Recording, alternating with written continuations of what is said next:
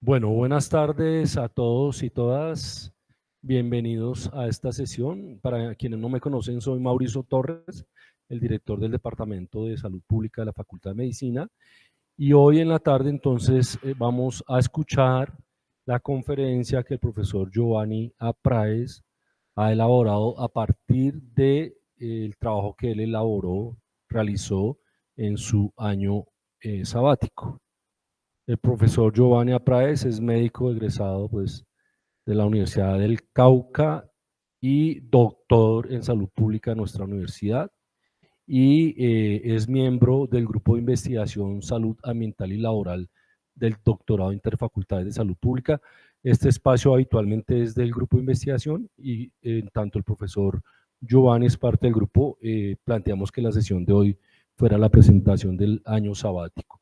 Entonces el profesor Apráez hará su conferencia, su presentación y luego tendremos un tiempo para conversar, para dialogar con él. Muchas gracias, profesor Apráez. Muchas gracias. Muy buenas tardes. ¿Ahí está bien el sonido? ¿Sí?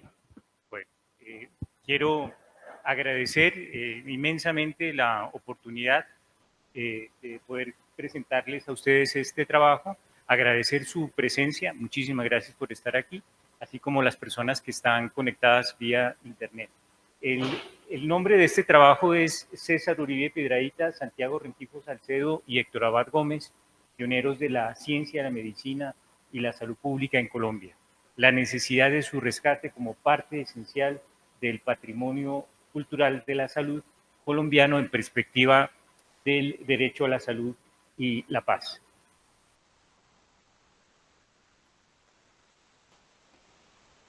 Bueno, esta es la agenda que pretendo desarrollar. Lo primero que habría que decir entonces es que Colombia necesita cada vez más avanzar hacia la paz y el posconflicto, no sin retos, sin dificultades, sin crisis complejas, pero sobre todo avanzar significa reconstruir, y esa reconstrucción debe ser sobre la base de los derechos. Sin embargo, tenemos un contexto adverso que son la aplicación de las políticas neoliberales que llevaron a que desde los años 90 pasáramos de una institucionalidad principalmente pública a una institucionalidad principalmente privada. Por ello, es necesario entonces recuperar las experiencias. Y en particular cuando hablamos de la formación en salud pública y en epidemiología, tres universidades antes de 1993 eran las únicas que hacían salud pública y epidemiología, que son la Universidad del Valle, la Universidad de Antioquia y la Universidad Nacional. Entonces, cuando empezamos a revisar esta historia, lo primero que nos encontramos es la facultad, hoy Facultad Nacional de Salud Pública, que lleva el nombre de Héctor Abad Gómez. Y ahí aparece el primer nombre, Héctor Abad Gómez. Sin embargo, y él es el primer director de la Escuela Nacional de Salud Pública en Medellín en 1963. Poco se sabe que esa escuela se trasladó desde aquí, desde Bogotá, desde la Universidad Nacional a Medellín, siendo ministro el profesor Santiago Rengifo, y poco se sabe que él fue el primer director de esa escuela, no de la Escuela Superior de Higiene, sino de una escuela que se llamó Escuela de Salud Pública. Y mucho menos se sabe que el principal inspirador, el principal maestro del profesor Santiago fue César Uribe Piedrahita, junto con una larga lista de científicos y parasitólogos, entomólogos.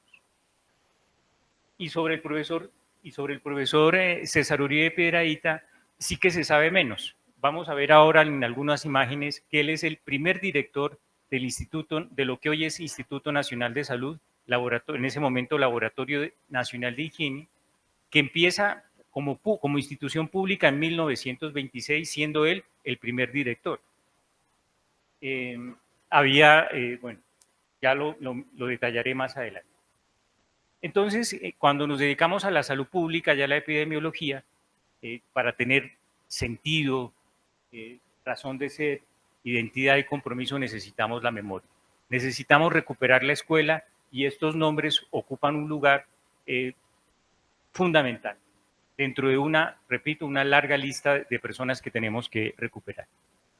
Y cuando nos interesamos por la historia de la salud pública y de la epidemiología y de la medicina en particular, aparece este nombre, Henry Sigris. Este libro que ustedes ven aquí se publica por primera vez en Colombia y es una traducción que coordina el profesor Gustavo Molina Guzmán, chileno, salubrista, alumno de Sigris en la Universidad de Johns Hopkins en Estados Unidos. Y ese libro se traduce en duras condiciones.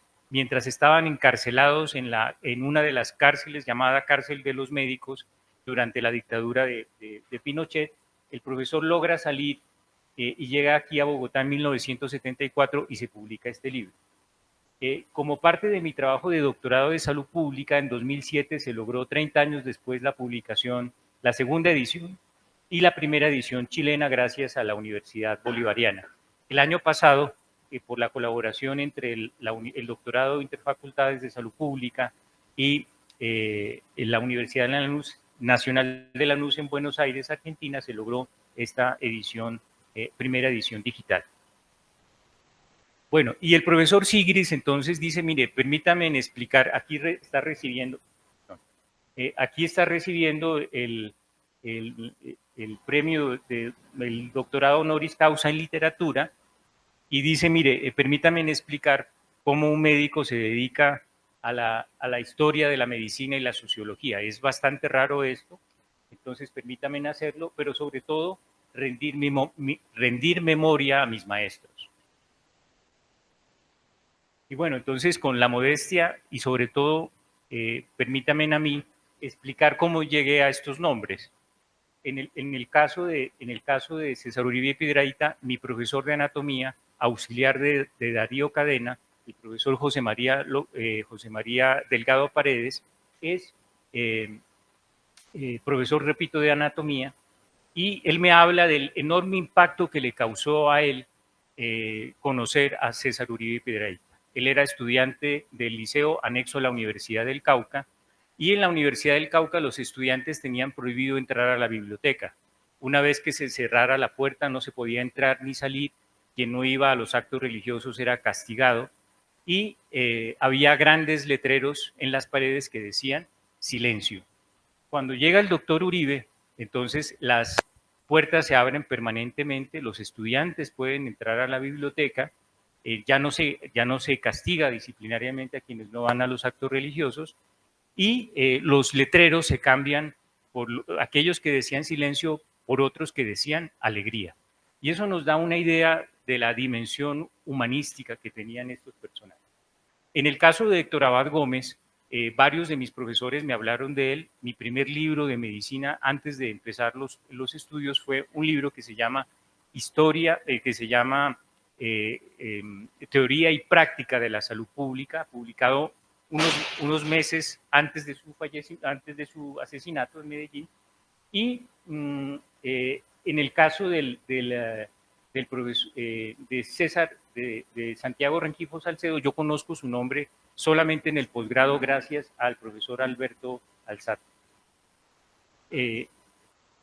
Con un grupo de estudiantes en el año 93 organizamos un homenaje a Héctor Abad Gómez. Me disculpan, esta imagen, esta es tomada de un video que recuperamos recientemente. No había antes estos sistemas digitales que tenemos ahora.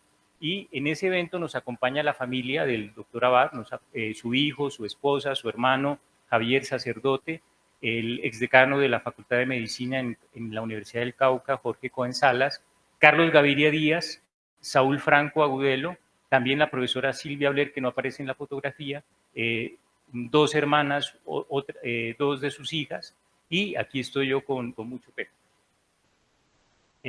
Bueno, como parte de mi doctorado, yo puedo ir a Chile y conocerme con las figuras fundamentales de la salud pública chilena. Aquí con Patricia Espejo, socióloga, profesora de la Escuela de Salud Pública y secretaria privada de Salvador Allende. Fue muchos años la directora del Museo de Memoria. Aquí con Giorgio Solimano, con Arturo Girón, ministro de Salud de Chile, de Salvador Allende, viceministro, ginecólogo y luego historiador. Carlos Molina Bustos, Luis Weinstein, psiquiatra, Manuel Zúñiga, dedicado a la tuberculosis, el hijo del doctor Gustavo Molina, Mariano Requena, Arturo Estrada y Carlos Montoya Aguilar, un pediatra salubrista muy famoso, reconocido internacionalmente.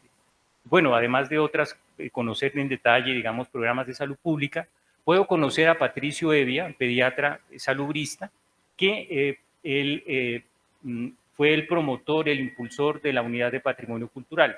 Yo conozco esta unidad de patrimonio cultural en esa pasantía y el profesor en el año siguiente, y yo estoy allá en el 2006, él viene en el 2007 como parte de las actividades del doctorado de salud pública.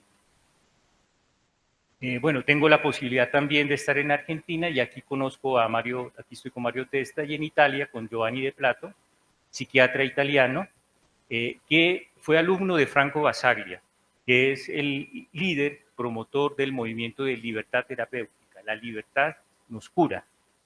Y bueno, por supuesto, el ejercicio profesional de casi ya 30 años en la salud pública en distintos campos, principalmente en el Cauca, donde los misioneros italianos han cumplido un papel muy importante, aquí 2 misioneros italianos. El ejercicio docente, particularmente en el curso de Medicina y Sociedad, agradezco que estén aquí profesores de estos cursos y estudiantes, y en el curso de Medicina y Sociedad, la mayoría de los libros son de la Escuela de Historia de la Medicina de la Universidad de Valencia. 3 eventos internacionales, que es un seminario internacional de salud pública con la presencia del profesor José Luis Barona Vilar y Gustavo Molina Guzmán Jr., en el encuentro de salud mental, atención primaria y derecho a la salud en Colombia, con la participación del profesor Giovanni De Plato. El primer evento internacional de patrimonio cultural en perspectiva del derecho a la salud y la paz, con la participación de la Unidad de Patrimonio Cultural, la Universidad de Valencia, el Instituto de Salud Colectiva de la Universidad Nacional de la UNUCE en Buenos Aires, la Red Iberoamericana de Patrimonio Cultural y el Centro de Historia de la Medicina de aquí de la Universidad Nacional. Bueno, entonces, como decíamos, esta reconstrucción del país requiere una mirada a un marco histórico, conceptual y metodológico que esté basado en las experiencias. Y esas experiencias, ahí hay personas que fueron protagonistas junto con sus comunidades, y dentro de esas personas pioneras, repito, hay una larguísima lista de personas que no aparecen Bueno, muy bien. Nos disculpan por favor este inconveniente técnico. Entonces decíamos que la historia del presente, que es vista, el profesor se forma en el Instituto de Historia del Presente en Francia por François Bedadida, y él señala que se ve con perspicacia por parte de los historiadores la historia del presente. Él vincula rápidamente a un joven historiador que se llama Henry Russo, y ellos empiezan a trabajar revisando la parte más cercana a la Segunda Guerra Mundial y encuentran una cosa absolutamente grave para Francia. Y es que parte del gobierno francés y parte del ejército francés habían cooperado con el gobierno y con el ejército nazi alemán. Esto cambia los relatos que existían en ese momento bueno, aquí ustedes pueden ver, aquí está nuevamente François Bedadida, y él señala aquí cómo cuando él empieza su carrera, ¿sí? Cómo los historiadores ven con suspicacia el tema de la historia del presente. Bien, y cuando se trata de la historia del presente se necesitan los testimonios, los relatos, la historia oral. Y hay 2 historiadoras mexicanas muy importantes, que son Alicia Olivera y Eugenia Meyer, y ellas recopilan los relatos, no de generales ni de los protagonistas que siempre aparecen en estas luchas, sino de las personas del común, hombres y mujeres del común, y esos relatos para estudiar la revolución zapatista y la rebelión cristera. Bueno, entonces hay también 2 historiadores muy importantes, Julio Aristegui, ambos españoles, que señala cómo en la historia del presente, el historiador hace parte de la historia, digamos, es la historia vivida, es coetáneo, hay coetaneidad. Y la siguiente autora es Josefina Cuesta Bustillo, es una experta en los estudios de memoria, Dentro de la memoria está también los temas del olvido. ¿Por qué se olvidan ciertas cosas? ¿Por qué se olvidan ciertos personajes? Ella nos trae y nos dice, mire, la memoria es tan importante porque es fundamento, no solamente principio y fundamento de la historia. Y nos señala, por ejemplo, cómo Tucídides no espera que pasen años o siglos para estudiar la historia. No, él está viviendo esos hechos. Y la objetividad, digamos, el rigor científico está en el método. Bueno, aquí por supuesto hay discusiones muy interesantes, ¿cierto? Discusiones muy interesantes de las que luego hablaremos. No apareció. Sí, bueno, que es, digamos, Timothy Garton, que es un historiador y un periodista, dice, bueno, aquí hay un debate importante que lo dejo para que en otro momento lo discutamos, y es la diferencia entre la historia del presente y el periodismo. Ese es un tema muy controversial, muy interesante. Bueno, y en el caso ya de los estudios aplicados a la medicina, a la salud pública y a la epidemiología, este texto, Historia del SIDA, del médico, historiador, croata-francés, Mirko Gremek.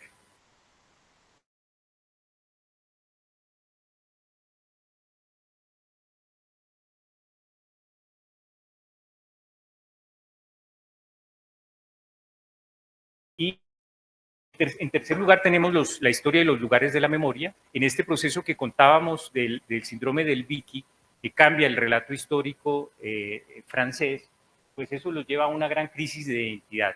Entonces, junto con un grupo de más de 100 historiadores, ellos trabajan en la propuesta que se llama los lugares de la memoria. Y en esa búsqueda de la identidad, no solamente entonces están monumentos, está la bandera, el himno, sino que también pueden ser hombres memoria. Y por ello, para este trabajo proponemos que estos tres autores sean hombres memoria. Bien, en cuarto lugar están los estudios históricos, sociales, teóricos de la medicina, la ciencia y la tecnología. Este tipo de estudios, este grupo de estudios tiene como uno de sus fundadores a Pussman. Pussman dice que la historia de la medicina es el estudio de conjunto de la medicina, capaz de superar la creciente especialización que está viviendo la medicina, pero conectando este estudio con la ciencia, con la cultura y la vida social. Este grupo de estudios se desarrolla principalmente en la Universidad de Leibniz, en Alemania, con Karl Sudhoff y con Henry Sigris. Sigris no solamente mantiene la línea filológica, es decir, aquella que se dedica a los estudios clásicos, a los libros clásicos, sino también incursiona en lo que se llama la sociología de la medicina. Henry Sigris es un trabajador sanitario, fue médico, trabajó como médico, un gran académico, y también fue un activista por el derecho a la salud. Esto es importante porque tiene que ver con el perfil de nuestros autores. Y estos estudios se desarrollan principalmente en España, en la Universidad de Valencia, hoy Instituto López Piñero, aquí el profesor José Luis Barona Vilar, y ellos tienen un programa muy interesante de máster y de doctorado en historia de la ciencia y la medicina que hemos buscado promover que aprovecho para agradecer el haber sido incorporado a estos programas. Finalmente, el patrimonio cultural de la salud, que decíamos, aquí el pionero principal es el profesor Patricio Evia, se define como este conjunto de bienes materiales simbólicos socialmente construidos que se expresan en el proceso de la salud individual y colectiva en sus dimensiones científica, histórica y cultural. Pero aquí es importante señalar que esta unidad de patrimonio cultural surge en un país, Chile, que está recuperando su democracia y que necesita como parte de ese proceso de recuperación garantizar una reconstrucción basada en los derechos. Bien, la primera vez que se habla de patrimonio cultural de la salud, de patrimonio cultural relacionado con la salud, la profesora argentina Campari, no me apareció aquí, bueno, ella dice que la primera vez que se habla está aquí en la Carta de Bogotá de 1992, cuya principal lideresa de esa reunión, de esa conferencia de promoción de la salud, la primera que se hace en América Latina, es la profesora Elena Espinosa Restrepo, discípula del doctor Santiago Restrepo.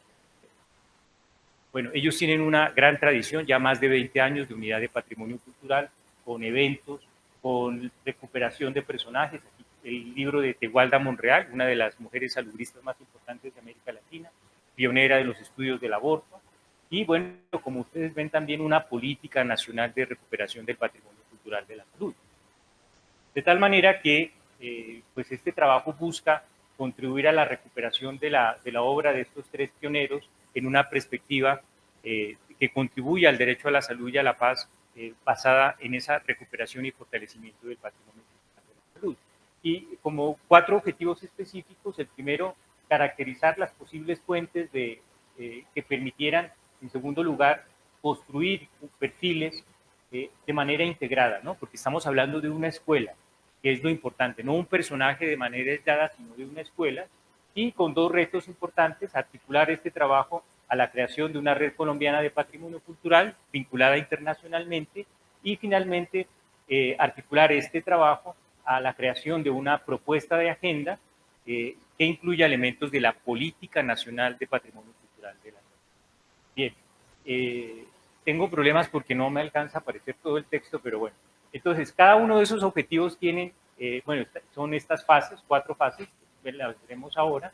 Está la fase documental. Aquí se necesitaba tener unos documentos guía, tomar ya una investigación previa que nos orientara y que nos permitiera mejorar la búsqueda en los archivos y en las bases de datos, para luego también construir un archivo, y ese archivo en el futuro próximo, contando con el apoyo adecuado, pues ponerlo en acceso digital. Los 3 libros fueron estos. Este de César, sobre la vida de César Uribe Piedrahita es de 2014. Es un libro liderado por Augusto Escobar Mesa, que es un profesor de literatura de la Universidad de Antioquia, vinculado con la Universidad de Canadá, que no recuerdo ahorita el nombre, y este es un grupo grande de profesores que están, repito, sobre todo en la literatura. Pero es tan impresionante la vida y la obra de César Uribe Piedrahita que ellos también incluyen elementos importantes de su obra científica. En el caso del profesor Santiago, esta revista es la revista Cespedecia del Instituto Departamental de Ciencias del Valle del Cauca. Es un número de 1974 dedicado a la recuperación de algunos de los trabajos del profesor Santiago Rengifo, con un breve perfil biográfico. Y finalmente este libro de 1989 de Paul Jutten, que es un periodista holandés, que recopila una serie de relatos sobre la vida del doctor Héctor Avalos Gómez. Entonces, el siguiente paso era encontrar las tesis de grado en medicina. En el caso de César Uribe Piedrahita, se llama Apuntes para la Geografía Médica de Ferrocarril de Urabá, de 1920, y se reimprime junto con otros textos y algunos gráficos en esta edición que ustedes ven aquí, conmemorando el centenario de su natalicio. Ustedes pueden ver también que el presidente de esa tesis es Gabriel Toro Villa. Gabriel Toro Villa hace parte de los egresados de la Universidad Nacional, aquí en Bogotá, alumno de Roberto Franco, fundador de los estudios de medicina tropical. Y dentro de esos personajes, fíjense, aparece también Jorge Martínez, que es uno de los fundadores del laboratorio Samper Martínez, fallecido en 1922. Recordemos que este laboratorio se convierte en el Laboratorio Nacional de Higiene en 1926. Y ustedes pueden ver aquí este informe de 1907. Esto es una bibliografía.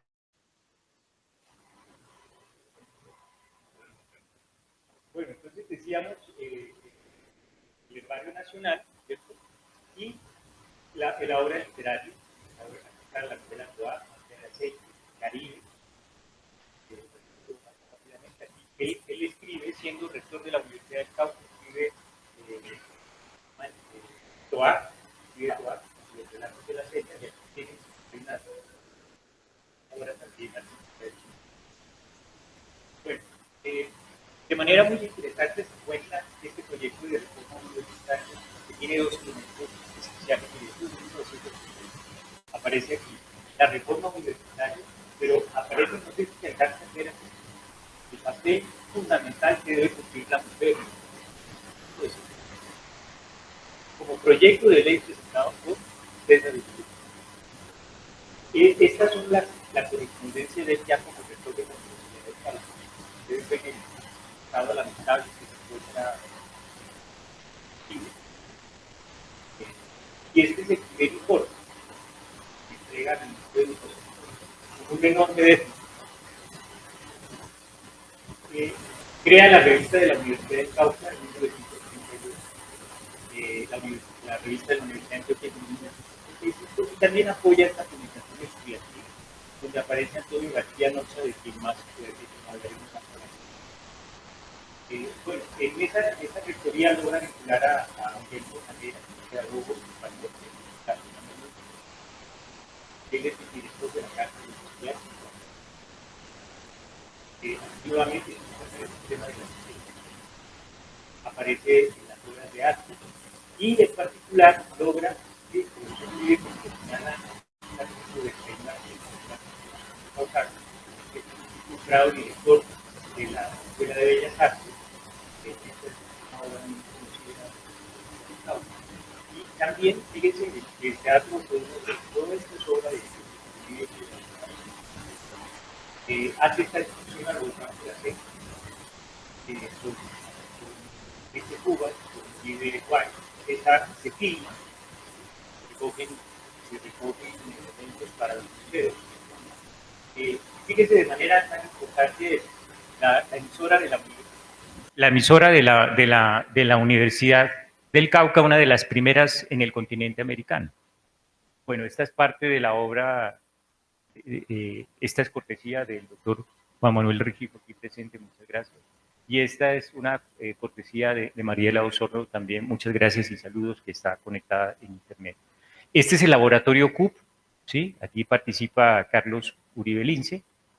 Y como ustedes ven en esta infografía oficial del Instituto Nacional de Salud, no aparece 1926, que es cuando empieza como institución pública y por tanto no aparece César Uribe Piedrahita, el primer director del Laboratorio Nacional de Higiene. Increíble, pero cierto. Pero además, fíjese en esto.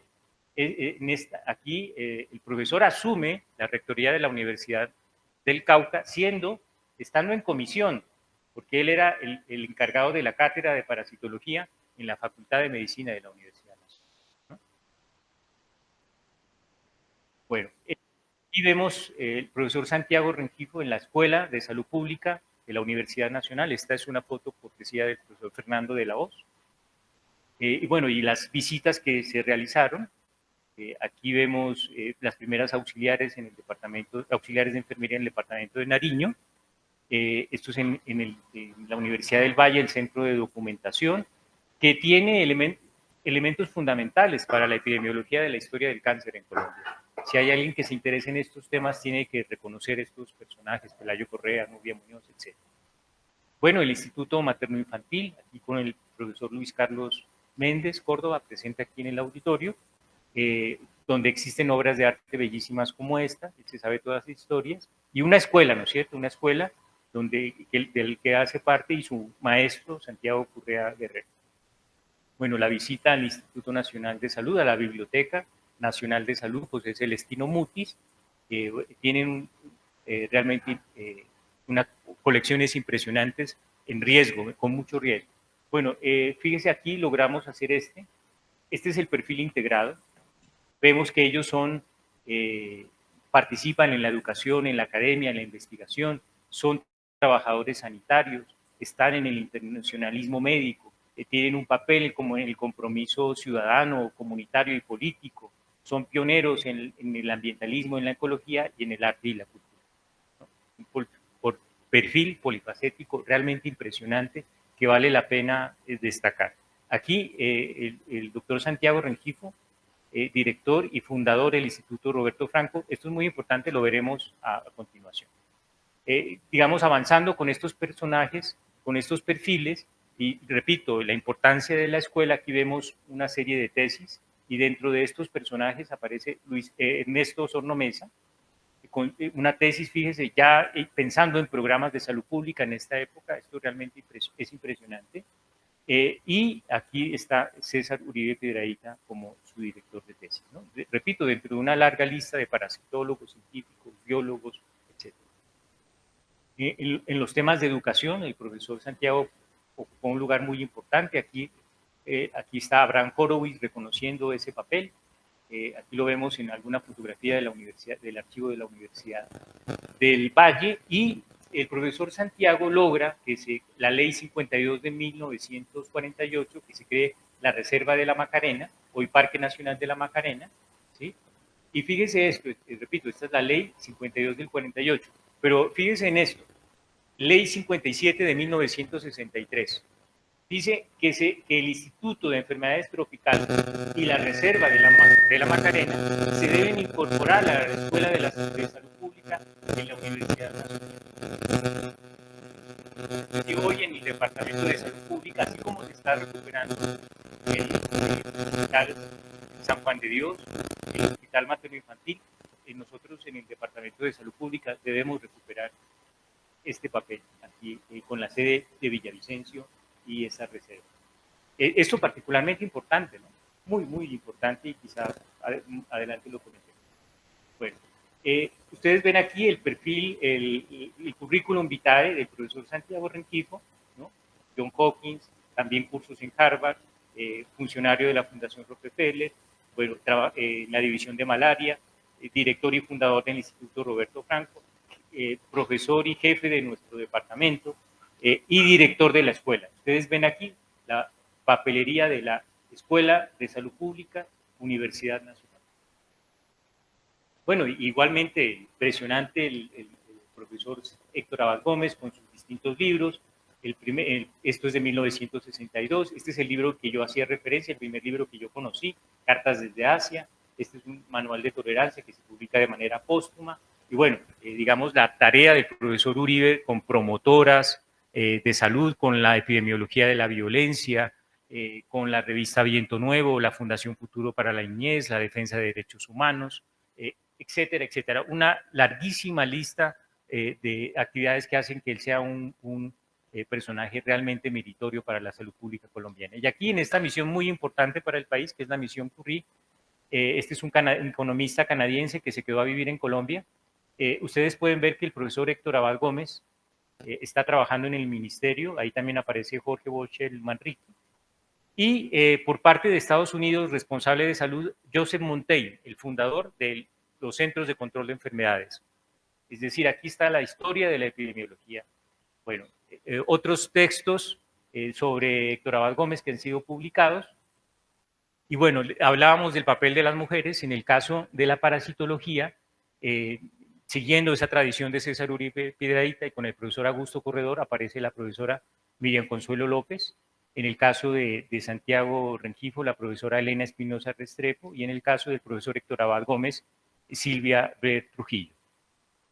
Bueno, entonces decíamos, nos propusimos hacer una agenda de cooperación señalando 10 temas, la propuesta de la red, la propuesta de una construcción de la política nacional, de la que hablaré muy brevemente, una sala de pioneros dedicado a estos personajes, y bueno, eventos que hemos venido haciendo, de los que hablaré brevemente.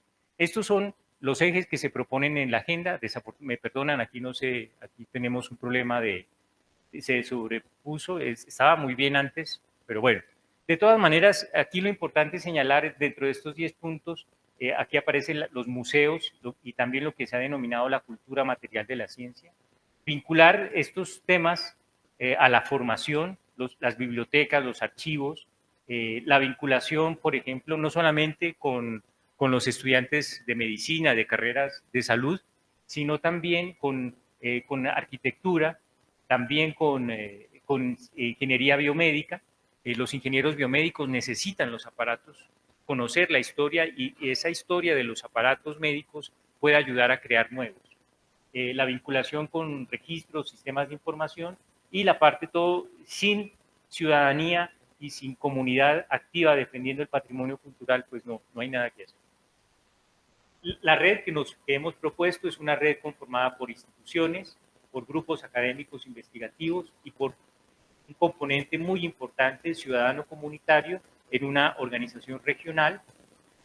Aquí tenemos la propuesta para la política nacional de patrimonio cultural de la salud, con 5 programas: el Programa Nacional de Museos y de Patrimonio, el programa para vincular ese patrimonio a las políticas, los sistemas y los servicios de salud, el programa orientado a vincular el patrimonio, como lo decíamos, a todos estos procesos formativos, la cooperación internacional y el Programa Nacional de Ciudadanía y Acción Comunitaria por el Patrimonio Cultural de la Salud. Bueno, aquí esto pues ya no lo detallo, este es el programa nacional, los 2 elementos de este programa. Decimos aquí, esto es muy importante, ¿no? Lograr, que era justamente la propuesta del profesor Patricio Evia, que es que no se olvidaran los servicios de salud, que cuando se está trabajando en los servicios de salud hay una herencia que se tiene ahí. Bueno, la propuesta de sala de pioneros, y bueno, una serie de eventos aquí sobre los registros de cáncer, aquí los eventos de patrimonio cultural de la salud, otra serie de eventos hablando justamente, promoviendo el tema del patrimonio cultural, haciendo memoria de nuestros investigadores, en este caso el profesor Edmund Yunis. Y bueno, me voy rápidamente entonces a las conclusiones en estos 6 minutos finales. ¿Qué encontramos? Una gran riqueza, una riqueza enorme, que no se puede desperdiciar, que hay que encontrar la manera de construir proyectos, de vincular jóvenes a estudiar estos temas. Necesitamos avanzar en la construcción detallada de los perfiles. Yo ya estoy trabajando ahora de manera más detallada en el caso de César Uribe Piedrahita. Avanzar entonces en el tema de la red colombiana, de esa agenda de cooperación, y celebrar, ¿no? Celebrar, nosotros creo que debemos celebrar este decreto, que ha sido un paso importante, el decreto 1959 del 15 de noviembre de 2023. Y bueno, y aparecen otros personajes realmente fantásticos, yo agradezco muchísimo esto, Alfonso Bonilla Nar, cirujano, uno de los cirujanos más importantes de Colombia, pero que inicia su carrera inclusive internacional en la Universidad de Johns Hopkins como parasitólogo, siguiendo los pasos de César Uribe Piedrahita, y ese talante investigativo lo lleva a empezar a hablar de esto, de la biología molecular en el manejo de cáncer, que es hoy una realidad, ¿no? Figuras tan importantes como Manuel Sánchez Herrera, que hace su doctorado de patología en el mismo laboratorio que lo hizo César Uribe Piedrahita, fundador del servicio de patología en el Hospital San Juan de Dios y profesor de personajes como el que llevan el nombre de esta sala, Guillermo Ferguson Manrique. Bueno, estos de fiebre amarilla, Jorge Bejarano, un personaje importantísimo que debemos recuperar, Tulio Bayer, aquí Enrique Uribe Guay, este es un ingeniero, poeta, escritor, personaje muy importante, que aquí este profesor Efraín Otero, que es un internista endocrinólogo muy famoso, pues hablaba mucho de él, ¿no? Habló mucho de su importancia. Aquí la revista PAC, que se creó en Popayán, fíjese. Y en esta foto no se ve muy bien, pero aquí están, ¿no? César Uribe Piedrahita y bueno. Antonio García Noza, que yo comentaba, él era este joven bibliotecario en la Universidad del Cauca, estudiante de Derecho, uno de los más importantes en los estudios indigenistas y fundador de la Facultad de Economía de la Universidad Nacional. Bueno, los artistas, Gonzalo Ariza, aquí estoy con su hijo Francisco. Y bueno, aquí con el doctor Carlos Uribe Vélez presente. Él es un médico traumatólogo, especialista en el tema de orquídeas, y él tuvo la generosidad de compartirme una colección que esperamos publicar junto con las cartas del profesor César Uribe, de la obra pictórica que no existe en este momento nada publicado de él. Y bueno, como decíamos, recuperar todo lo relacionado con la reserva de la Macarena, y la familia es muy importante. Aquí está el hijo presente, Juan Manuel Rengifo, y su hija, una investigadora muy importante en biología molecular. Bueno, él, como ustedes ven, desde niño, un investigador de las culebras. Bueno, aquí otros documentos, aquí en el Archivo General de la Nación, y aquí en el Archivo de la Universidad Nacional, con Gabriel Escalante, que se pensionó la semana pasada. Y él es el experto en el archivo. Ustedes ven, estas son cajas solamente de la Facultad de Medicina de la Universidad Nacional, que necesitan volverse un archivo que se pueda consultar, ¿no? Porque aquí guardado no lo lee nadie.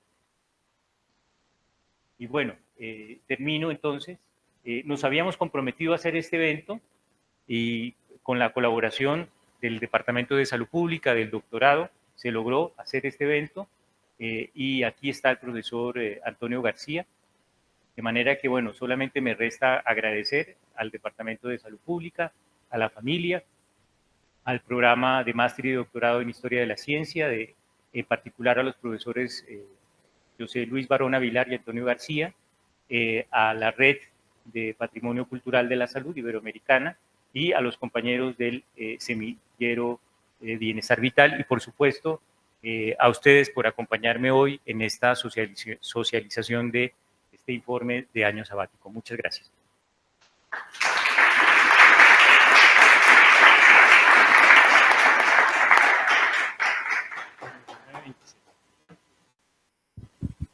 Bueno, muchas gracias, profesora Praes, por la presentación de este trabajo y por el uso del tiempo que se le dispuso.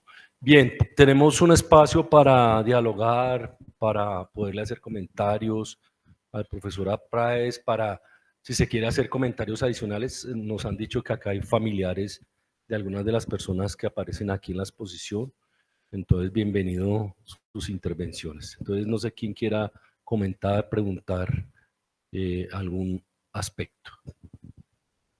Juan David. Gracias, profe. Profe Praes, pues en primer lugar felicitarlo. Esperen que anoté la pregunta por acá. Allá. Pues un trabajo fantástico. Creo que es admirable todo lo que pudo hacer, esas experiencias que pudo recolectar. Ya ahí uno va viendo ese proceso. Yo ahí salían 2 fotografías ya sin bigote. Creo que un reto muy grande es traer de vuelta estos relatos. Y la pregunta que a mí me surgía es cómo involucramos o cómo transponemos a estos personajes que no solo como científicos, sino seguramente también como seres humanos dejaban una huella grande. ¿Cómo los incorporamos al discurso diario de la academia? ¿Sí? Para incorporarlos, primero hay que, entre comillas, resucitarlos, rescatarlos. Como usted decía, ir allá. Nadie va a leer eso en las cajas, en los sótanos. Entonces, creo que su trabajo de este año también resalta la necesidad de, como universidad, rescatar los símbolos, porque finalmente las personas también se vuelven símbolos de cosas buenas, de cosas que pueden empujar al país de pronto en la dirección correcta. Y de pronto también pienso que en la era digital hay muchas oportunidades para hacerlo, ¿sí? Muchas oportunidades de digitalizar esto, de cómo hablarnos en el mismo idioma, de cómo poderles hablar a los muchachos de los semestres iniciales y que estén familiarizados. Ah, César Uribe Piedrahíta, Santiago Rengifo, etcétera. Que sea como decir, bueno, qué sé yo, John Hopkins, también es un nombre. Entonces, ¿cómo nos apropiamos de nuestros nombres, de los nombres colombianos? Entonces, creo que su trabajo resalta todos esos puntos y, no sé, también lo veo como un llamado, porque aquí creo que casi todos somos Universidad Nacional, es un llamado también a nosotros, que somos de pronto también quienes seguimos después con esto hacia adelante. Entonces me motiva, nuevamente quiero felicitarlo y bueno, era un poco eso.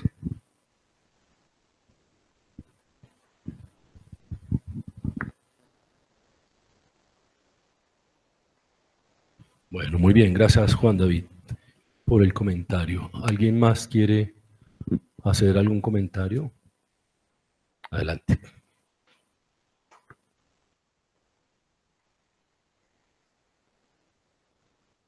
Bueno, quiero agradecerle.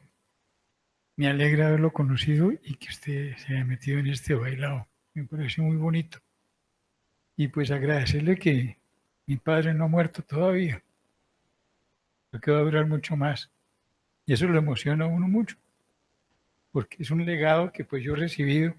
Mi hija lo tiene. Y ella creo que, espero, va a seguir con sus hijos mostrándole esto. Entonces, para mí es un honor estar aquí, porque él aquí se formó también y formó mucha gente. Y pues que el nombre de mi papá sigue ahí. Y eso es muy emocionante. Muchas gracias. Muchas gracias. Juan Carlos.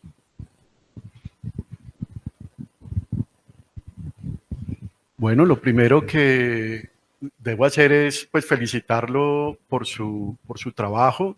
Digamos que conocemos desde hace algún tiempo el trajín que viene siendo nuestro colega, pero por supuesto ver como un avance de lo que se ha trabajado es muy, muy importante. Y quisiera resaltar como 3 aspectos que me parece que vale la pena, que deberían ser centrales para la reflexión y para el trabajo futuro. Uno, el énfasis en el trabajo sobre patrimonio cultural en salud. Creo que ese es un eje central del trabajo y creo que es una labor que se debe avanzar, profundizar y sobre todo me parece que es una labor que debe fortalecerse en un contexto especial que estamos viviendo hoy en la Facultad de Medicina, que tiene que ver con ese gran esfuerzo por la reapertura del Hospital San Juan de Dios, que ha colocado como eje también de desarrollo institucional el patrimonio cultural en salud. Tengan ustedes en mente que la propuesta que se hace de reapertura del San Juan de Dios, y de hecho ya la normativa que crea la institución Hospital San Juan de Dios, Instituto Materno Infantil, coloca como una de las funciones misionales de la nueva institución la recuperación del patrimonio cultural en salud. De tal manera que el tema es muy pertinente, muy central, y hoy en día el compromiso al reabrir, ¿no?, por lo menos al crear la figura institucional del Hospital San Juan de Dios Materno Infantil y al momento de su reapertura, aunque digamos que muchas personas dicen, oiga, la institución ya está abierta, porque el materno infantil nunca se ha cerrado.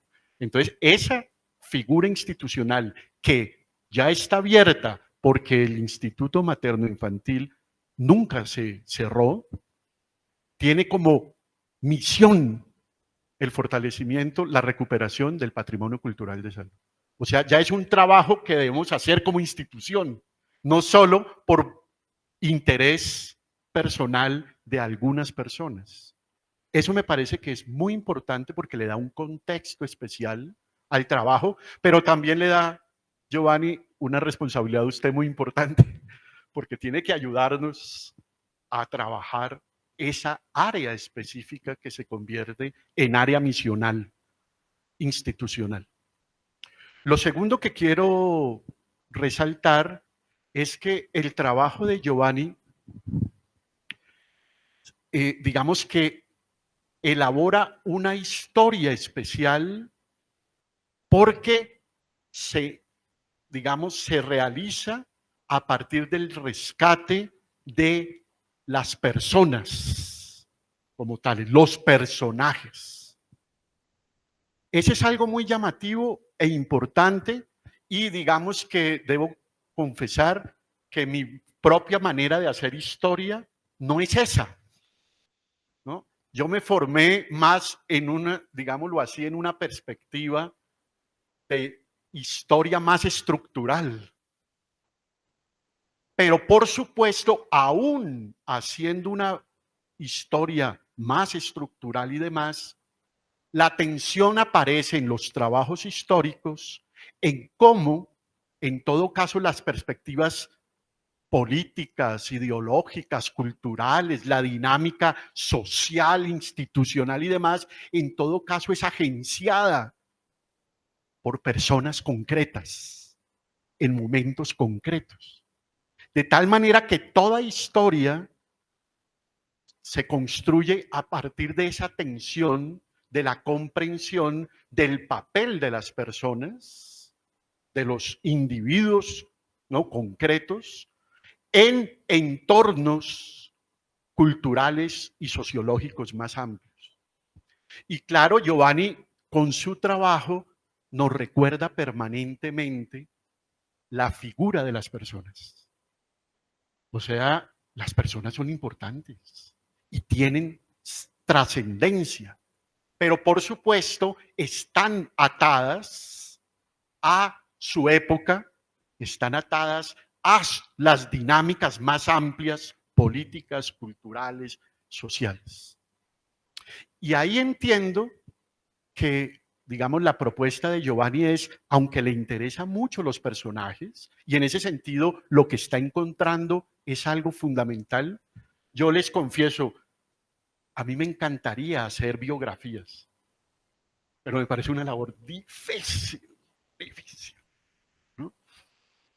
Pero digamos que Giovanni está en su trabajo, entra en el mundo de la biografía, el rastreo de materiales biográficos, pero lo que yo le he entendido a él, y lo mencionó aquí en la presentación, es que esa reconstrucción de la biografía de las personas, para él no solo es el mismo rescate de la persona individual, sino que la intenta atar a un grupo de personas que dan cuenta de lo que ocurre en una época.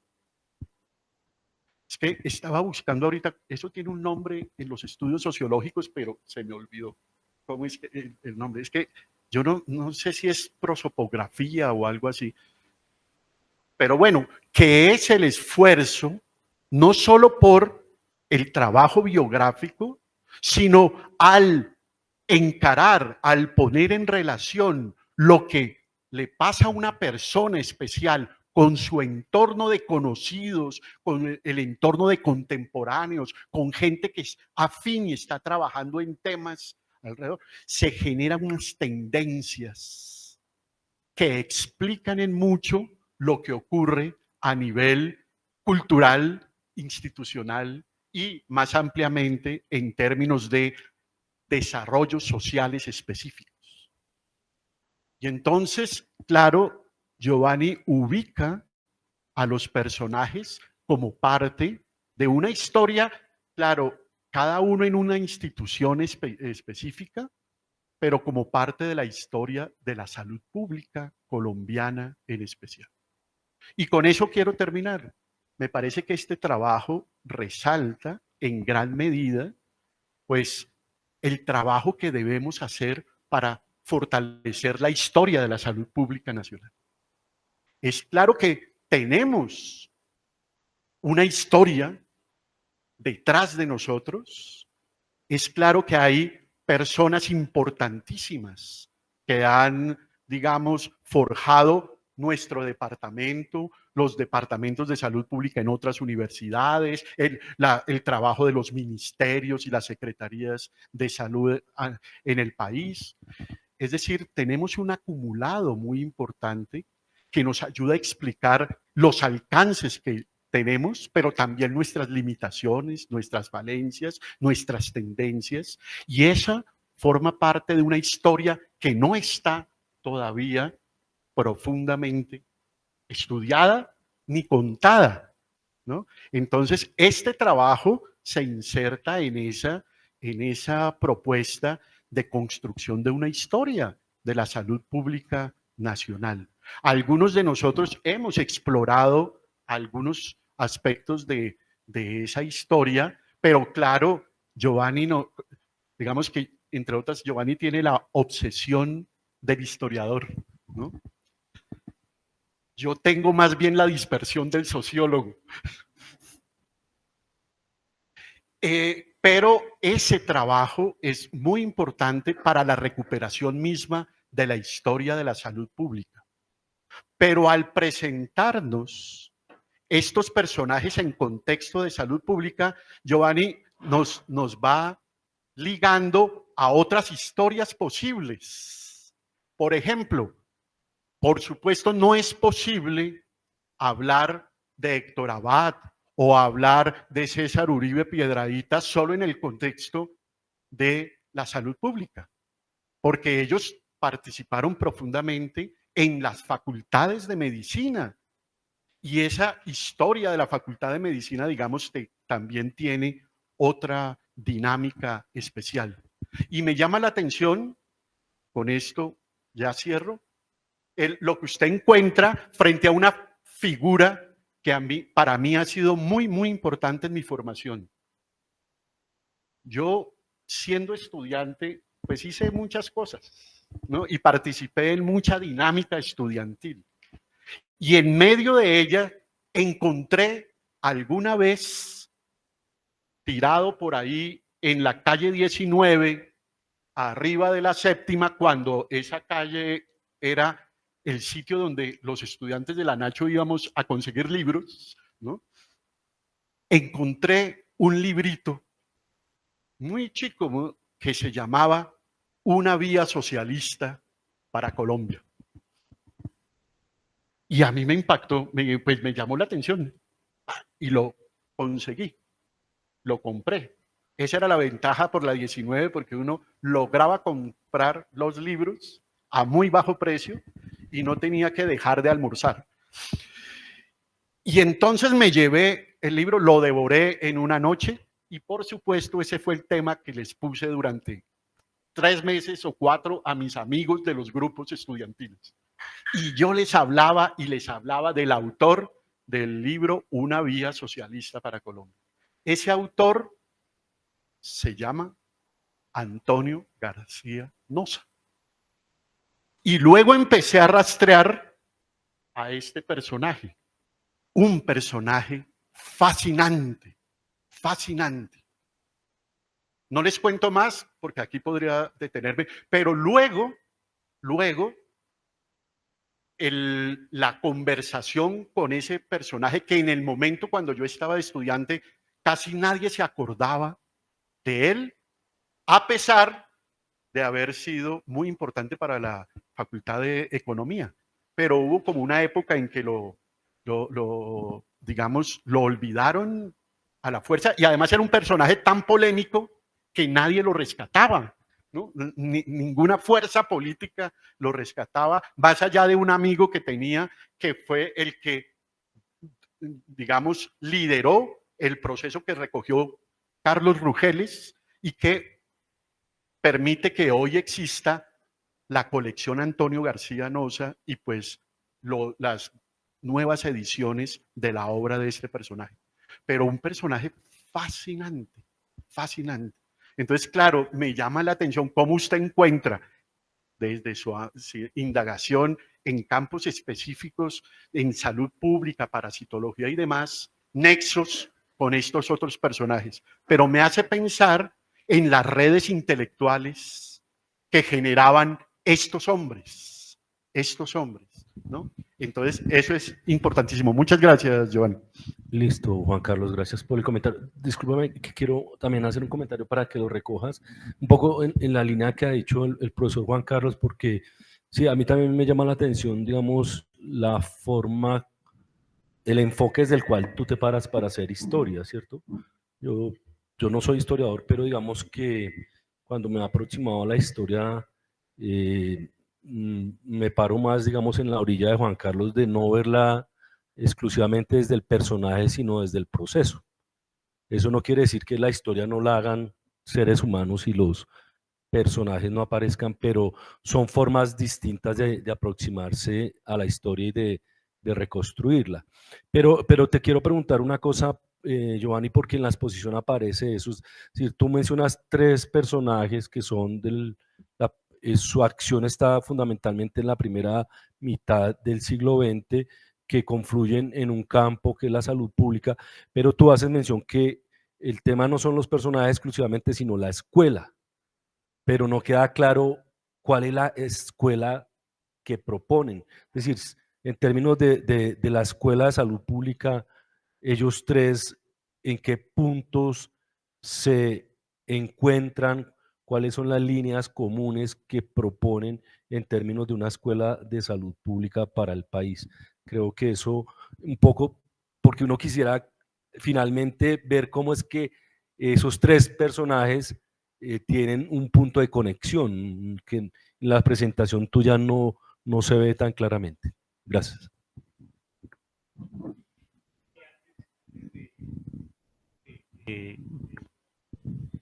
De hacer la intervención, yo quisiera pedirle de manera muy comedida a 4 personas que me hagan un comentario, aunque sea muy breve, al doctor Carlos Uribe, presente aquí, a la doctora Elena Restrepo, al profesor Juan Sebastián García y al profesor Luis Carlos Méndez Córdoba, aunque sea un pequeño comentario para poder yo contestar. Bien, yo soy sobrino de César Uribe. Él era casado con la tía Tatán, que llamábamos, que era Lucrecia Uribe. Eran primos hermanos. Y eran primo hermano de mi padre, Carlos Uribe, aunque fundaron el laboratorio CUP, que el laboratorio CUP era César Uribe Piereita.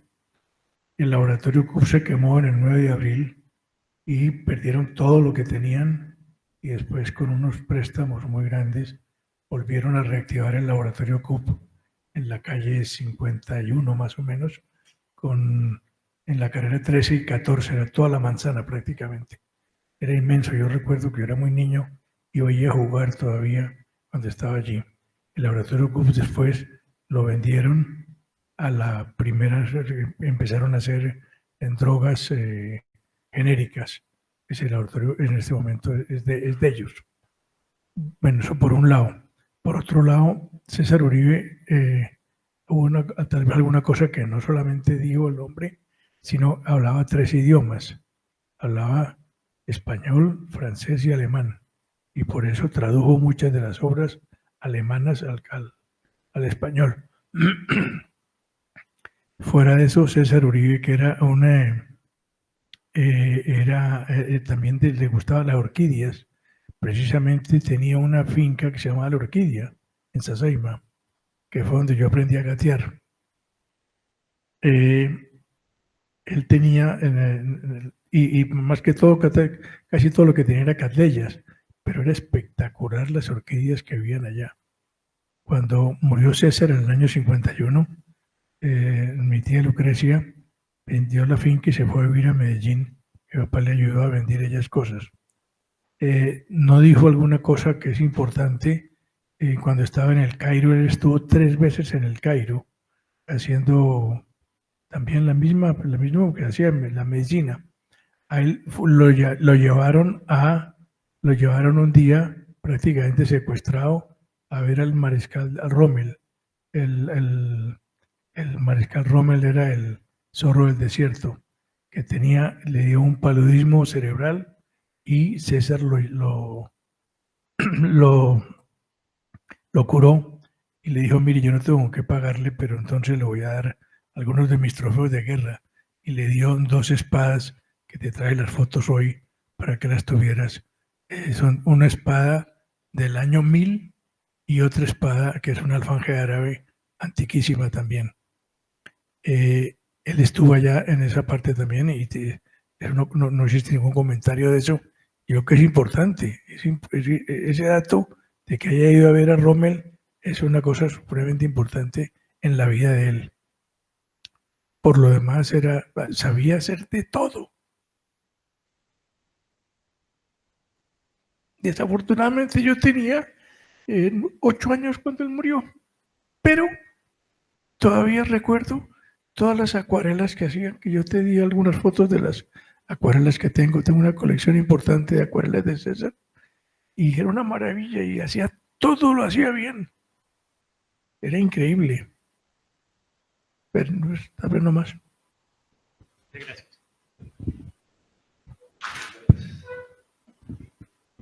Uribe Piereita era muy amigo de mi papá, era discípulo, mi papá era discípulo de él. Y mamá me contaba cosas, y una de las cosas que a mí, 2 cosas. Una es que llegó Y la mujer, él era, mi mamá dice, él era muy feo, él tenía pelo mono, rojo, las cejas, todo. Y la mujer lo molestaba y lo molestaba que se peine arregle. Y un día es que se fue para la peluquería y le dijo, señor, córteme todo. Y le cortó cejas, pestañas, pelo, llegó completamente calvo, todo. Apenas llegó la mujer, apenas lo vio, ¡uy!, se privó. Mi mamá me contaba que eso le da. Y la otra, de las acuarelas que usted tiene, que es la única que tengo yo, mamá dijo una vez, llegó a la casa y no sé qué pelotera había habido, y estaba quemando muchas de las pinturas de las acuarelas de él, las quemó. Y mamá logró salvar muchas de ellas, no sé si serán las que tiene Carlos, pero eso mamá me contaba. Esas son dos historias que tenía mi mamá sobre... Sí, mamá ya murió, César Uribe. Así que se querían mucho.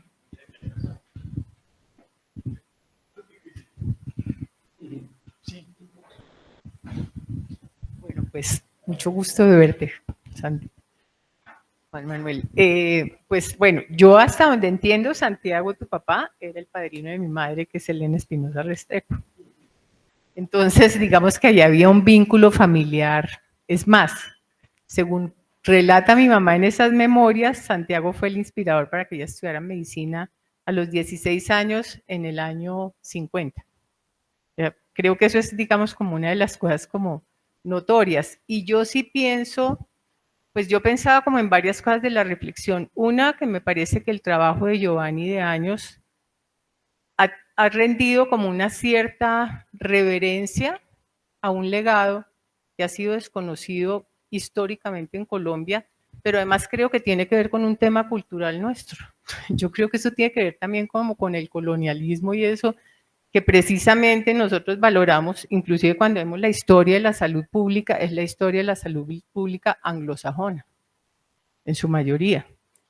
Entonces yo creo que la lucha de Giovanni, con todo su recorrido que ha ido construyendo metodológica y eso, ha sido como, me parece que desde el principio, desde hace muchos años que lo conozco, como con un respeto por ese legado, por darle como un valor que usualmente no está. Y creo que ahí está como también parte, yo creo que del aporte, ¿sí? Tú estuviste en un encuentro con mi madre y tú decías, Juan Carlos, que le preguntabas y le preguntabas, pero es que eso es lo que no está en los libros, me acuerdo de oírte, pero es que vuelve y cuente tal cosa, vuelve y cuenta tal esto, habiendo sido como, qué sé yo, actor, quizás yo no hablaría de personajes en este momento, me parece que no son personajes, no estamos hablando de una escena y una obra de teatro, sino del desarrollo de un campo práctico y de conocimiento y saberes que tiene unos actores que han sido pioneros. Y creo que cuando uno habla del patrimonio, y yo pienso en esa palabra padre, madre, legado, bueno, pues en nuestro patriarcalismo hablamos de patrimonio, no de matrimonio, bueno, pero bueno, pues digamos que hay un cierto legado que se ha ido transmitiendo de alguna forma, pero que también se ha interrumpido, y a mí me parece muy importante lo que tú mencionaste, ¿no? Yo me pregunto muchas veces por qué el olvido. Porque la sensación de los sobrevivientes que yo conozco, la sensación de la gente que está viva, que vivió toda esta época, que logró, digamos, vivir, es un olvido. Es una cierta forma, un desconocimiento llamativo frente a un poco su historia, el trabajo, y creo que Giovanni ha empezado como a recuperar muchas cosas porque ha movilizado en estas personas, hablo como del caso de mi madre, la evocación de una cantidad de cosas que estaban olvidadas y sin valor, sin ningún valor. Y creo que hay un tema para la historia, para la memoria, y es que lo que es el trabajo de archivo es la historia oficial que se cuenta, pero hay una historia de la trasescena que me parece que es esa búsqueda de Giovanni que trata de entender las cosas como con un nivel que no está en los libros y en el trabajo documental, que hay que hacerlo, o el trabajo sociológico, contextualizar. Me parece que contextualizar una época a partir, digamos, de lo que se construyó, se elaboró, se dejó como, digamos, legado, escrito, publicado, pues es importante. Pero resulta que todo esto tiene que ver con eso que no aparece en esos escenarios. Y tú lo decías. Es que cuando ella habla, en el caso de un encuentro que tuvimos con mi madre, está esa información que no aparece ni en el informe de la OEA, ni de la OPS, ni del Ministerio de Salud, ni del contrato, y que creo que es como el aporte que da como esa visión de humanidad, que le pone, no personaje, que le pone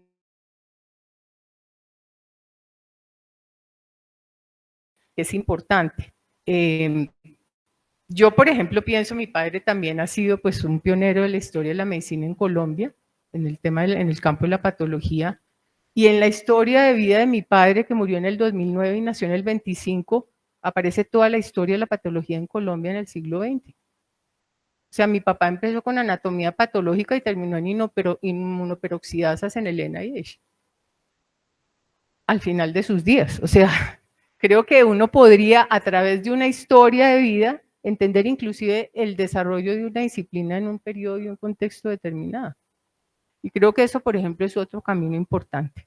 Pero bueno, yo quiero agradecer y felicitar a Giovanni en nombre de lo que él ha movilizado en mi madre, seguramente en Juan Manuel, digamos con respecto a Santiago, a la familia, entre otras su libro yo lo leí en el bachillerato en Medellín porque a mí me pusieron a leer toda en el colegio en Medellín y era pues una institución leer. Yo ni siquiera como que ubicaba a César Uribe Piedradita en la medicina, sino más en la literatura, la verdad tengo que ser como honesta con eso. Pero bueno, finalmente yo sí tengo, digamos, como un reconocimiento por el esfuerzo que ha hecho Giovanni, que con sus propios recursos ha viajado a Chile, y me parece que hay un trabajo que no mencionaste que para mí fue muy importante, que fue la relación como el desarrollo de la medicina o un poco los devenires de la medicina por la guerra. En algún momento pues lo pensaste como con el tema español, que también hablamos de pues, el profesor Gracián que llegó del franquismo, pero bueno, yo recuerdo y hay un tema importante, sobre todo como con el enfoque que se le da aquí en la Nacional a la salud pública y a la medicina, que fue toda esa migración. Yo conocí personalmente a Gustavo Molina, pero también a Emma Balossi, a una cantidad de argentinas que vinieron, mujeres, a la Escuela de Salud Pública de Antioquia, que son completamente desconocidas. O sea, esa relación de las dictaduras del Cono Sur, que para mí ha sido como un tema muy, pues por vínculo y por sangre, porque quiero la Argentina y Chile, porque allá estuvimos Giovanni y yo también haciendo nuestras pasantías, pues me parece que es un campo completamente desconocido. Pero lo que aportaron estas personas que migraron en las dictaduras argentina y chilena a Colombia, en el campo de la medicina y de la salud pública, ha sido muy importante y es completamente desconocido, ¿sí? Creo que es como una invitación. Pero bueno, no me extiendo más y muchas gracias, Giovanni, por este espacio.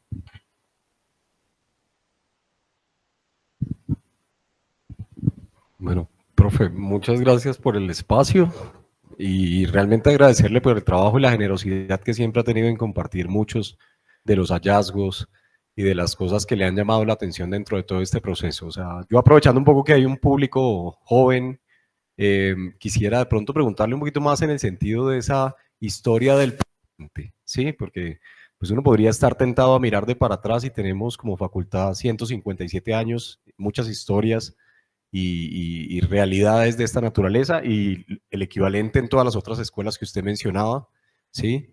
Pero me llama la atención en tiempos modernos como estos, en los que se están tomando decisiones, se están pasando cosas, que tanto de esto está quedando al finalmente documentado, ¿sí? Que tanto realmente las fuentes, lo que podría ser una ventaja, las nuevas realidades, redes sociales, que se podría prestar para ser una memoria viva de mucho de lo que está pasando, que tanto realmente están dejando constancia para que no pase esto que mencionaba la profesora, ¿sí? Y es que al final uno termina escribiendo sobre las fuentes a las que tiene acceso, ¿cierto? Entonces, si de pronto nos puede hacer una reflexión sobre esto y la importancia de dejar, entre otras, testimonios vivos de ese tipo de cosas que nunca van a estar escritas en los libros y que creo que aquí todos estamos viviendo en el día a día.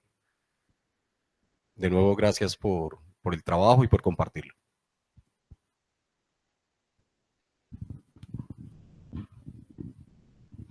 Gracias.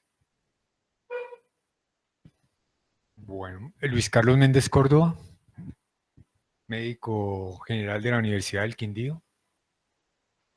médico pediatra de la Universidad Nacional de Colombia, médico perinatólogo y neonatólogo de la Universidad Nacional de Colombia, profesor de la Universidad Nacional de Colombia desde el año 2000 y actualmente el coordinador del programa de perinatología y neonatología del Departamento de Pediatría de la Universidad Nacional de Colombia. En primera instancia, quiero agradecer a Norman Giovanni por esta maravillosa oportunidad, y voy a decirlo a nivel personal, pero sé que es un sentimiento generalizado, por la oportunidad grandiosa que nos ha demostrado a través de su vida personal y profesional, porque se caracteriza por ser un amigo, y un amigo verdadero. Perdón. Además, en su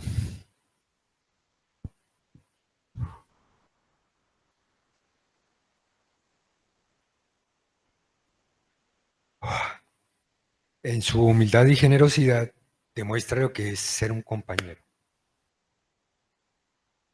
Quería manifestar, a pesar de lo que acaba de suceder, la enorme felicidad y el sentimiento majestuoso que me embarga al denotar la transgeneracionalidad, porque para mí algo que me mueve el piso y que me emociona profundamente es notar la historia en la familia.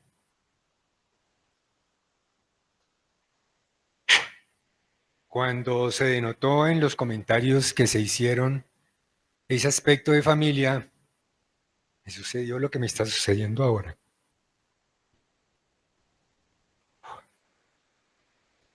Denoto en esa humildad y en esa generosidad al compañero que comprometido va más allá de lo usual y permite denotar la importancia y la trascendencia que tiene la historia, algo que desapareció desafortunadamente de la relación enseñanza-aprendizaje a través de todo nuestro proceso desde la niñez hasta la senescencia incluso.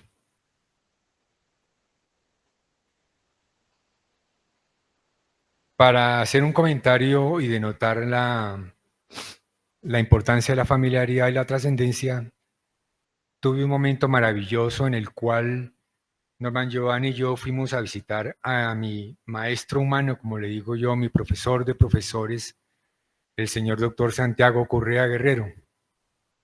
Y a través de un apellido tuvimos la fortuna de ir recorriendo la historia de cada uno de ellos dos y de notar cómo se estableció la realidad de un parentesco y de una familiaridad que se sentía. Eso es muy importante. Ya me he recuperado de lo que me sucedió y tengo más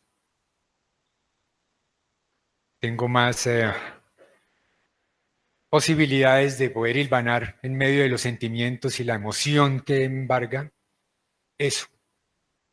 Con Norman Giovanni yo he tenido la fortuna de compartir muchos escenarios y en esos escenarios ratifico en cada momento su grandiosidad como ser humano que resalta y contrasta con su enorme humildad, sencillez y compromiso. Y de notar frase de mi maestro humano, el señor doctor Santiago Correa Guerrero, que evoca muchos de los sentimientos que me he permitido sentir y vivenciar en esta maravillosa reunión. Y es una frase que ha hecho un recorrido importante en nuestra casa y en nuestra escuela. Y es el volver a ser para seguir siendo cada vez que están haciendo un nuevo ser. Por ello mi compromiso con la realidad del pasado, el presente y el futuro, me pongo a su disposición, Norman Giovanni, para seguir participando tanto en el semillero CEVIVI como en el grupo de investigación GISIS y consolidar esos aspectos tan importantes para la vida humana y su desarrollo y la concientización del deber que tenemos con los derechos de todos los demás. Muchas gracias.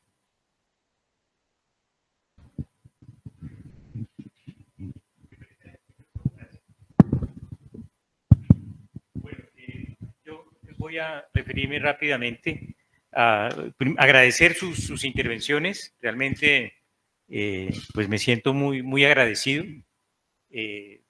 Por supuesto, hay personas que exageran, ¿no? Como el profesor Luis Carlos Méndez, pero es sobre todo el cariño que le tienen a uno y ahí, digamos, por eso acepto sus palabras generosas.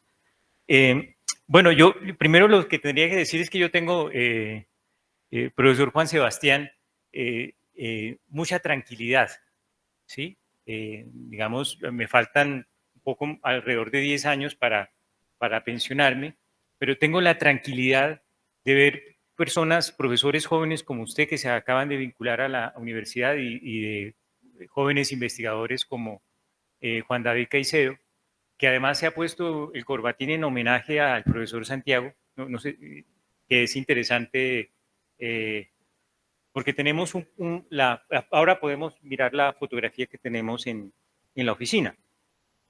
De tal manera que yo estoy seguro que ustedes dos, junto con estos jóvenes que están aquí, a quienes realmente de corazón les agradezco porque sé que son estudiantes de medicina y sociedad, pues que ellos se van a interesar por los personajes que ustedes ven en los pasillos. Estamos llenos de fotografías, pero están las fotografías, pero no está el relato, ¿no? El profesor Payán, que es un ginecólogo que se dedicó a la terapia neural, decía que a veces cuando se incorpora una nueva tecnología, la gente que se dedica a la terapia neural se quedó con las agujas, pero se olvidó del sabio chino.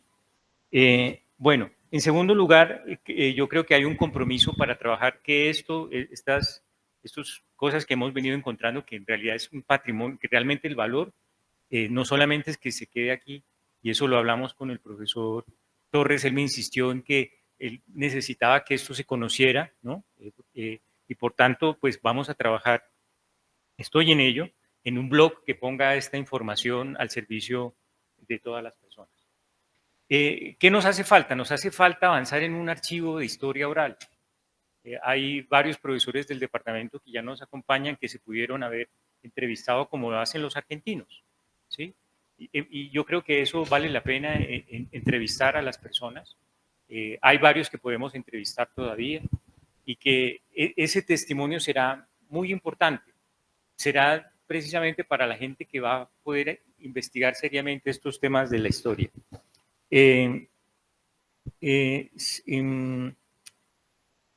Fíjese, quisiera, antes de pasar con el último punto, que fue la pregunta de la escuela, un tercer comentario, y es que justamente cuando habla el profesor Luis Carlos, se nota que hay una escuela. Él reconoce a su maestro con una reverencia que yo envidio, porque yo le decía al profesor Santiago Correa que resultamos primos, luego contamos esa historia.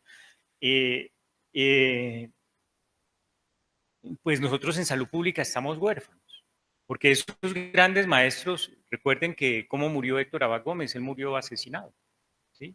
El profesor Santiago Rengifo pues falleció muy joven en un accidente. Entonces, digamos, tener estos maestros que nos sigan acompañando entre nosotros es algo necesario, y ahí voy al tema de la escuela. Yo estudié, y quizá eso ayude a explicar un poco el sentido de mi trabajo. Yo estudié en una escuela nacional, escuela anexa a la Normal Nacional, una institución pública del orden nacional que garantizó la educación. Ya esas instituciones ya no existen. Y yo me gradué en un colegio nacional. Hice mi pregrado en la Universidad del Cauca, que es una universidad del orden nacional. Hice mi maestría de salud pública en la Facultad Nacional de Salud Pública, y hice mi doctorado en la Universidad Nacional de Colombia.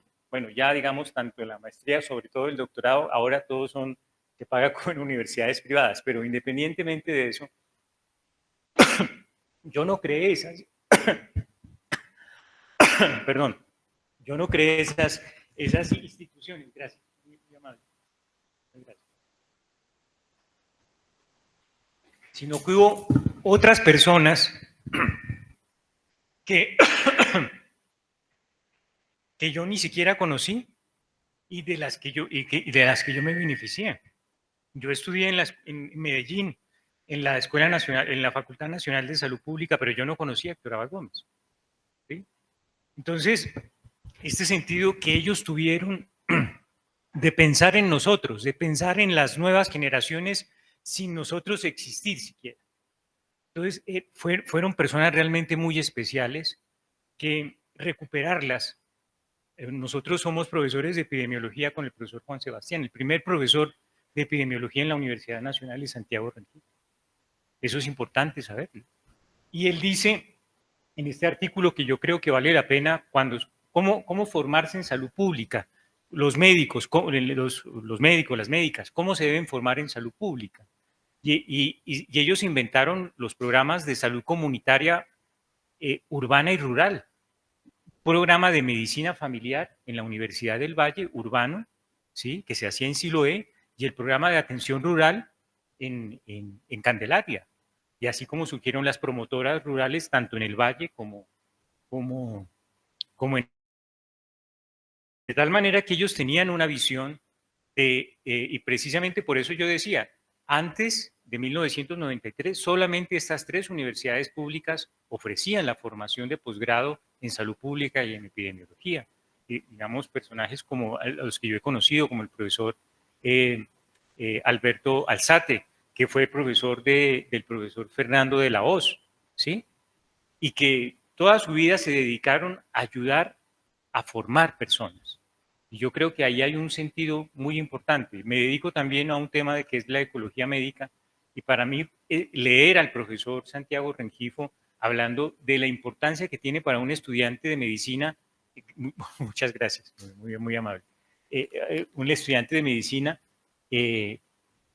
estudiar ecología. De tal manera que en la medida en que podamos recuperar estos nombres, y repito, una larga lista de personajes, podremos hacer un ejercicio mucho más consciente, y sobre todo estas nuevas generaciones que por fortuna nos acompañan de manera incluso simbólica para mí hoy, les estamos entregando este relevo para que sean ellos los garantes también de la formación de nuevas generaciones, de personas dedicadas a servir, de médicos y de médicas dedicadas al servir, y tenemos en quién inspirarnos. Así que muchas gracias. Bueno, muchas gracias, profesora Praes. Sí, pues ojalá ese propósito de seguir contribuyendo a reconstruir la historia de la salud pública del país y de lo que ha sido el aporte desde la universidad se pueda seguir desarrollando. Un poco para los estudiantes, porque me parece interesante que pues esté acá un grupo de estudiantes que están iniciando su carrera de medicina.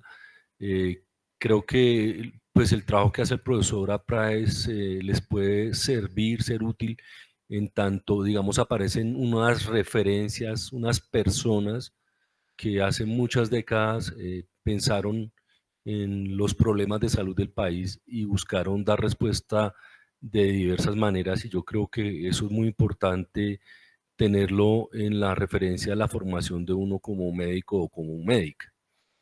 De hecho, estamos en un aula que tiene un nombre de una persona muy importante, pero que poco se conoce, como se ha dicho acá, que es el profesor Guillermo Ferguson Manrique, que fue decano de esta facultad y que también, digamos, tiene una historia muy particular y un aporte muy particular. Cuando el profesor Praes me habló de su sabático, yo le pedí el favor que incluyera en su recorrido al profesor Ferguson, pero no le dio el tiempo. Pero digamos que para quienes nos hemos aproximado a la biografía y a la obra del profesor Ferguson, también ha sido una cosa que nos ha marcado. De hecho, acá un par de grupos estudiantiles recogimos el nombre del profesor Ferguson, constituimos grupos estudiantiles con el nombre de él. Pero así puede suceder con otras personas. De Santiago, claro. El profesor, ok. Entonces creo que un poco para los estudiantes eso, ¿no? Que sí es importante conocer la historia, es importante cómo se dan los sucesos, cómo personas en esos contextos específicos, como decía el profesor Juan Carlos Eslava, actúan, qué ideas movilizan, qué acciones movilizan, qué implicaciones tienen esas movilización de ideas, ¿cierto? ¿Qué impactos ha generado en el campo de la salud pública? Es importante, ¿cierto? Porque finalmente terminan siendo referentes de posibilidades y de explicaciones de por qué en el país la situación está de un modo u otro, ¿cierto? Que es tal vez uno de los aportes más claves que puede hacer el campo, la historia, comprender ese pasado y también el presente para proyectar el futuro de manera distinta. Entonces, muchas gracias a todos y todas por la presencia en esta sesión. Muchas gracias, profesora Prades, por su trabajo de sabático y bueno, nos seguiremos viendo. Buena tarde a todos y todas.